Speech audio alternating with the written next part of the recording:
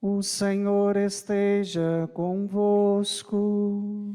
Ele está no meio de nós. Proclamação do Santo Evangelho de nosso Senhor Jesus Cristo, segundo São Marcos. Glória a vós, Senhor.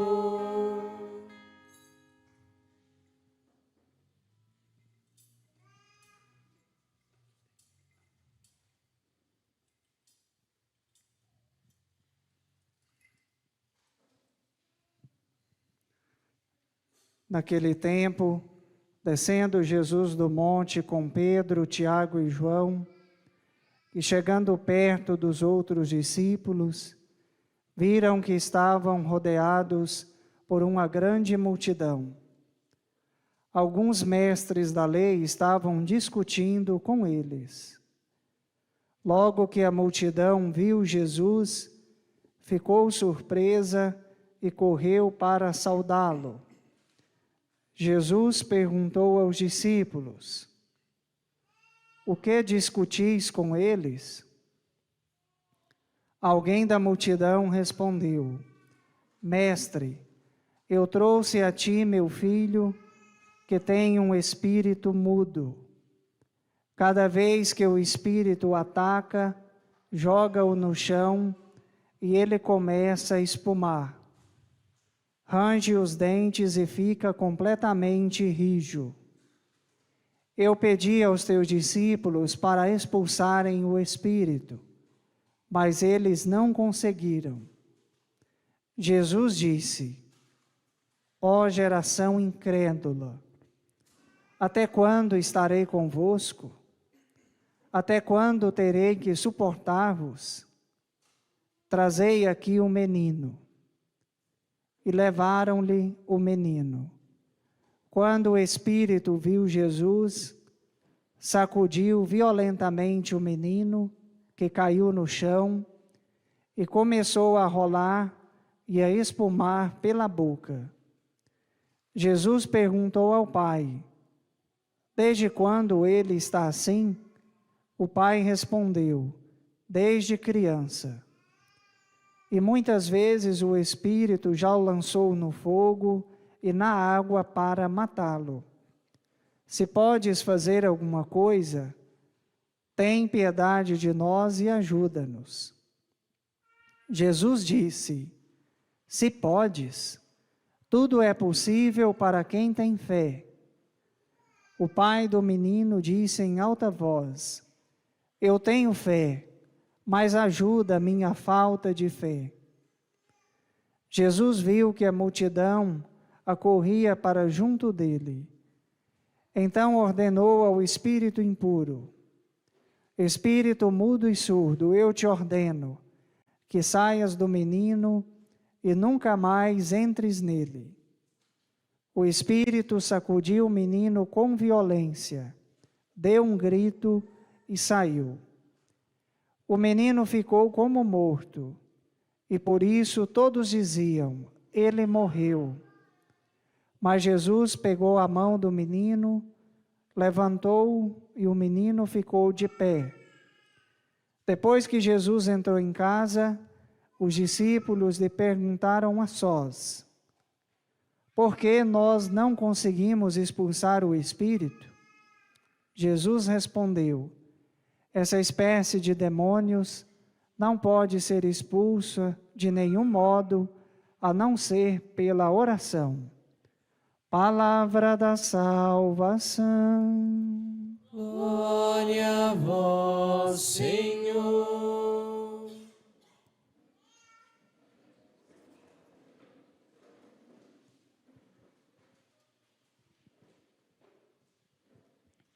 Digníssimo irmão no ministério, Padre Kennedy, queridos irmãos e irmãs, o temor do Senhor é o princípio da sabedoria, e é sábio todo aquele que o teme. Nós constantemente somos convidados a crescer, de modo especial, na fé na esperança e na caridade. E esse crescimento se dá gradativamente. E nós podemos dizer pela experiência humana que nós vamos adquirindo conhecimento à medida em que nós começamos a refletir sobre as coisas criadas.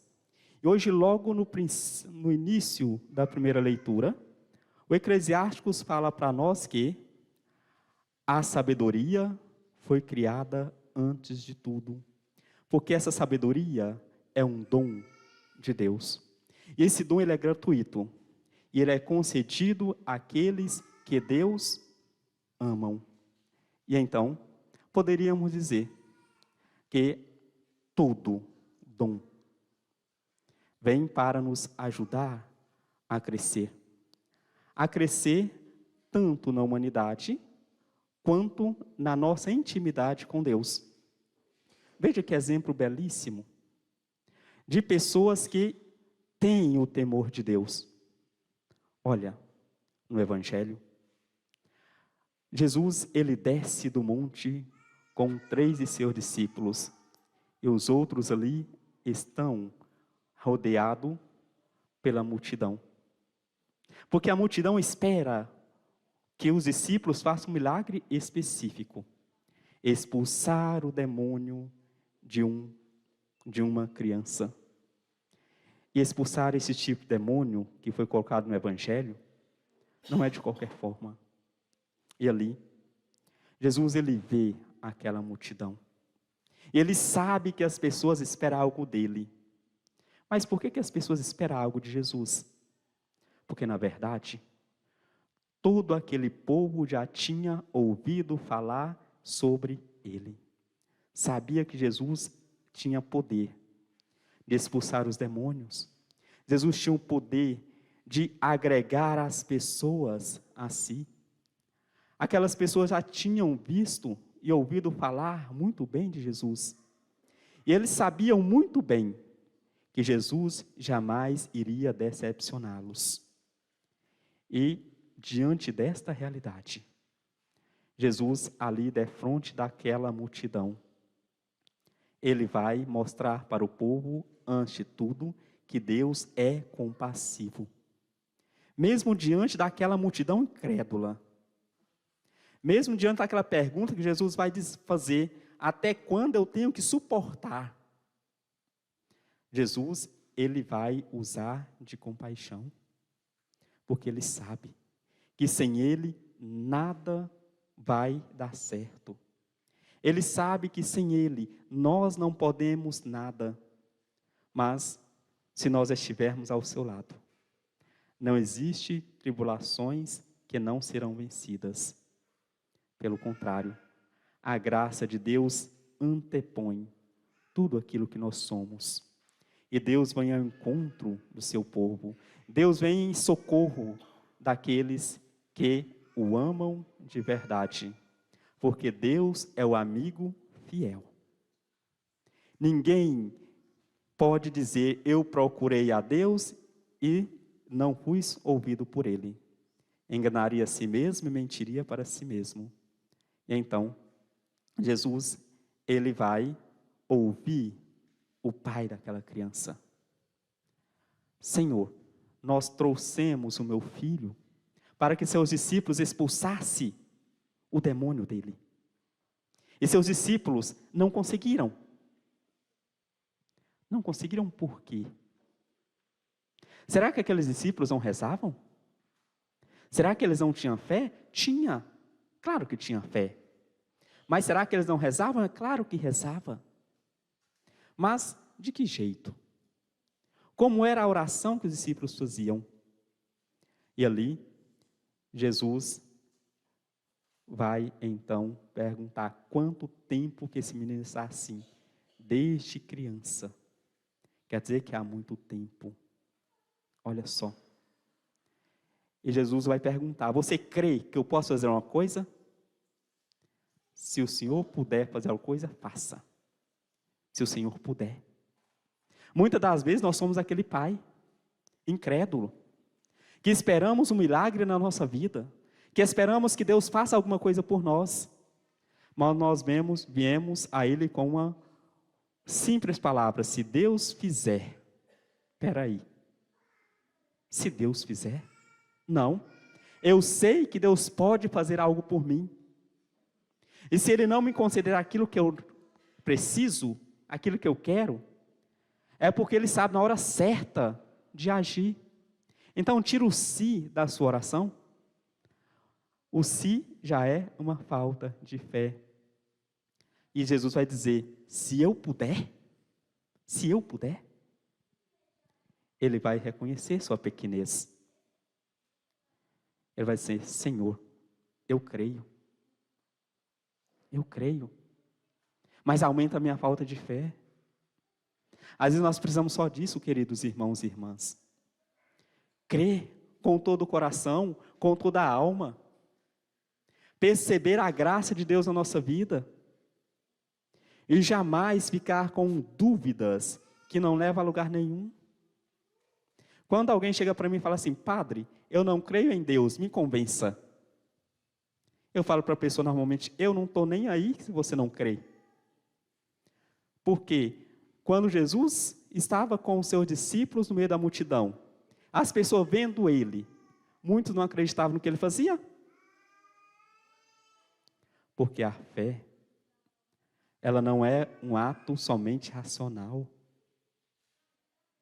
A fé, antes de tudo, para mim, é crer com o coração. É crer em Deus. Não importa os questionamentos. Não importa aquilo que as pessoas falam. Se Deus existe ou se Deus não existe. Mas para mim Ele existe. E de fato eu creio em Jesus Cristo. E aquele homem ali, ele vai fazer uma pequena oração que vai mudar toda a história da sua vida. Eu creio, mas aumenta a minha falta de fé. Às vezes nós não temos muita fé. Às vezes nossa fé é muito fraca. Mas qual é o alimento da fé? O Evangelho vai nos responder. Jesus vai dizer que eles não conseguiriam expulsar aquele demônio, a não ser pela oração. Aqui vem um alimento primordial da fé, oração. E o que é oração? Oração é entrar em intimidade com Deus, é um diálogo entre o humano e o divino. A minha oração, eu vou elevar os meus pensamentos a Deus, vou me apresentar a Deus como eu sou de verdade, vou falar para Ele da minha vida, das minhas necessidades, e vou então começar a dialogar. Assim como nós conversamos uns com os outros, para ter uma amizade ou para alimentar o amor humano, nós também precisamos conversar com Deus. E a nossa oração, ela não pode ser feita de qualquer modo. Ela precisa ser feita com disposição de ânimo. Eu preciso rezar, porque eu quero estar em união com Deus. E então, queridos irmãos e irmãs, nós vamos ver que a oração bem feita, ela é eficaz. Jesus rezou, e o demônio deixou aquela criança. Porque Jesus, Ele sempre muito unido ao Pai, mostra para todos nós que não existe uma união mais perfeita do que estar unido com Deus. Esse acontecimento já tem mais de 2000 anos. Mas, na virada do ano 2000, dizem que tinha uma família que tinha 4 filhos. Os 3 mais velhos chamavam Rafael, Gabriel e Miguel. E o 4º filho chamava Samuel. Ali, o filho mais velho, Miguel, adoeceu. Os pais, muito preocupados com aquela criança, começaram a correria para fazer tratamento da criança. A mãe estava quase ficando louca, porque era o filho mais amado, o filho mais querido. Não existia mais esperança para aquela família. E o filho mais novo, todo dia que ele saía da escola, ele passava em frente à igreja, mas ele não costumava entrar. Sabe por quê? Os pais, embora tinham colocado nomes bíblicos na criança, mas raramente rezava e ia para a igreja. Num dia de quinta-feira, então, o Samuel, com seus irmãos, passou. E o Samuel resolveu voltar. O Miguel, internado. Rafael e Gabriel seguiram para casa. Então, depois que Samuel entrou na igreja, com o Santíssimo exposto, ele se ajoelhou e disse: Senhor, eu não sei rezar, porque ninguém me ensinou. E como eu gostaria de aprender a rezar. Mas a única oração que eu sei fazer é o Pai Nosso. Recebe essa minha oração. Ele fez o Pai Nosso. E ele disse assim: olha, Senhor, eu só te peço uma coisa. Cura o Miguel. Cura ele. Eu te prometo. Todas as quintas-feiras que eu passar em frente à igreja, eu não vou te deixar sozinho. Eu vou vir visitar o Senhor. Mas cura o meu irmão. Samuel, naquela quinta-feira, ele não viu o milagre na vida dele, do irmão dele. O irmão dele, que só estava internado, foi para a UTI. E as coisas pioraram. E então, como ficava o coração daquela criança? Um dos irmãos dele disse assim: Samuel, o que você pediu para Deus? Que ele curasse o Miguel. Mas Miguel foi para a UTI, ficou pior. Samuel, sem entender muitas coisas, disse: eu sei que Deus vai fazer as coisas no tempo dele.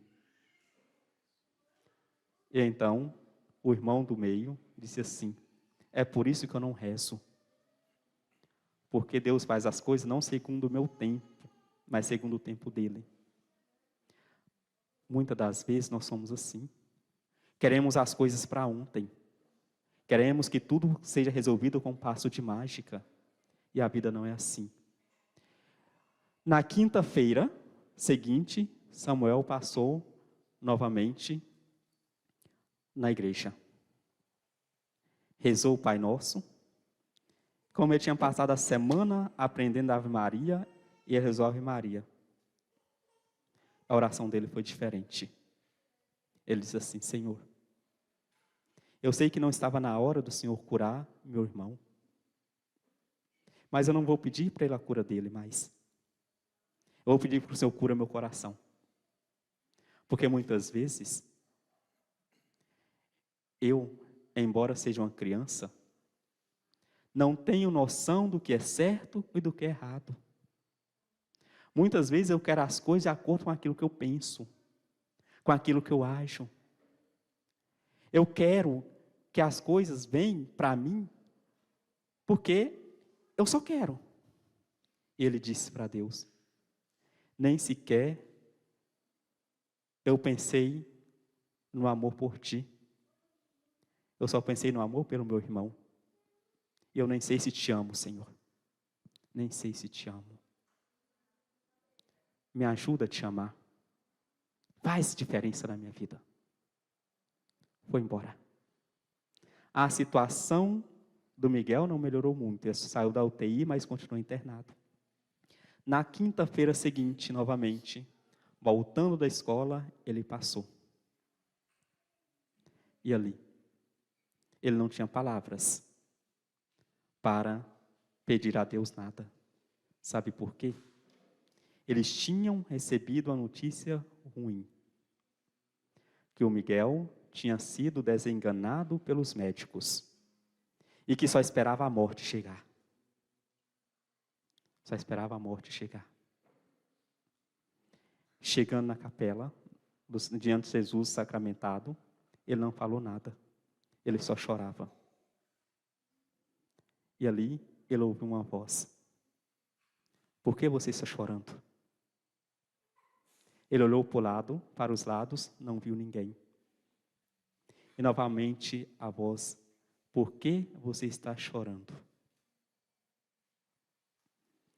E ele, sem ver ninguém, respondeu, eu estou chorando porque eu não consigo amar a Deus como Deus merece. Talvez seja por isso que o meu irmão esteja sofrendo. Tudo que eu queria era amar a Deus. Eu não consigo. E a mesma voz disse, você já me ama. Porque toda vez que você faz uma oração, toda vez que você se aproxima da igreja e entra para estar comigo, já é uma prova de amor. Olha, aquela criança deu um sorriso. E ele que nunca tinha feito nem catequese nenhuma, ele fez uma promessa diante do Santíssimo, dizendo, a partir de hoje, com ou sem milagre, mesmo que meu irmão não receba cura, eu vou seguir Jesus Cristo aonde quer que Ele me peça. Eu estarei com Ele. Porque eu não estou mais vindo rezar para pedir cura. Porque a maior cura eu já recebi. É estar com Deus. No final da história, o Miguel foi curado também. O menino não morreu. Olha, queridos irmãos e irmãs, muitas das vezes nós esperamos o milagre lá fora, na vida do outro. Mas nós esquecemos também que nós precisamos do milagre. Nós esquecemos muitas vezes que nós precisamos pedir a Deus que Ele liberte-nos do espírito impuro, aquele mesmo espírito que atormentava aquela criança e jogava pelo chão. Assim nós precisamos tirar de nós os tipos de demônios que tentam nos impedir a encontrar com Deus. O demônio da sonolência na hora da oração, o demônio do desânimo. Quantas vezes nós fraquejamos a oração? Quantas vezes nós começamos a rezar o texto e dormimos? Mas, padre, é monótono. Fica todo mundo quieto, todo mundo calado. No muito barulho não se escuta a Deus. No muito falar, pouco se aproveita. Aquela criança aprendeu muito bem. Até quando, queridos irmãos e irmãs, nós vamos ficar tardando a nossa relação com Deus? Quer de fato ser sábio? Quer de fato ser inteligente? Tenha a Deus como princípio. Ame-o sobre todas as coisas. Tema o Senhor. Não tenha medo de Deus. Porque se você tiver medo, você nem vai chegar perto para fazer oração. Mas tema o Senhor. Temor não é medo. Temor é um respeito profundo. Um respeito que nada pode quebrar. E quanto mais perto de Deus você ficar, mais sábio tornará. Ao passo de que o afastamento de Deus faz com que a pessoa se torne tola, porque abraça coisas desnecessárias. E abraçando aquilo que é desnecessário, perde o essencial, que é a graça de Deus. Que Deus possa nos ajudar assim como ajudou o Samuel, da qual a história foi contada. A amar a Deus verdadeiramente, com ou sem milagres. Visível. Porque Muitos milagres invisíveis Deus faz na nossa vida todo dia. Muitos. Só nós que não percebemos. Alimente a sua fé com oração. E se por acaso a fé está fraca demais, não cesse de pedir, não cesse de clamar: Senhor, aumenta a minha falta de fé. Porque Deus, Ele é amor. Ele é amor prático e real. Deus, Ele é um amigo fiel. Aconteça o que acontecer, Deus não vai te abandonar, porque Ele está do seu lado. Ele jamais te deixará. Ele é o Emanuel, que significa Deus está conosco. E sempre vai estar. E se por acaso não conseguir ver Deus, olha-se no espelho, para que você não esqueça que somos a imagem e semelhança dEle. Olha no espelho e você perceberá que Deus está em você. Portanto, queridos irmãos e irmãs, não creia somente com os lábios, creia com a vida. Fé e obra caminham juntas. Fé, como diz Tiago, ela, para ser visível aos nossos olhos, precisa ser auxiliada por aquilo que nós fazemos. E para mim, um dos maiores exemplos que nós podemos ver da explicação de fé é a que Tiago nos dá e também o livro dos Hebreus nos dá. Tiago fala assim: olha, se alguém tiver com fome ou com sede, e você disser para essa pessoa: meu irmão, vá em paz, Deus está contigo, Deus te ama, e mandar essa pessoa embora, a pessoa não vai ver esse amor de Deus. Mas se você ajudar aquela pessoa, matar a fome dela, ela vai ver a sua fé por aquilo que você fez, não somente por aquilo que você falou. E São Francisco de Assis, ele já dizia que o testemunhar com a vida gera conversão. Que Deus nos ajude a crer, não só com palavras, mas também com a prática das boas obras. E que nós possamos constantemente alimentar a nossa fé pelas nossas orações. Oração da Santa Missa, oração do Santo Terço, visita ao Santíssimo Sacramento, leitura bíblica, tudo isso ajuda a alimentar a nossa fé. Louvado seja nosso Senhor Jesus Cristo. Para sempre seja louvado.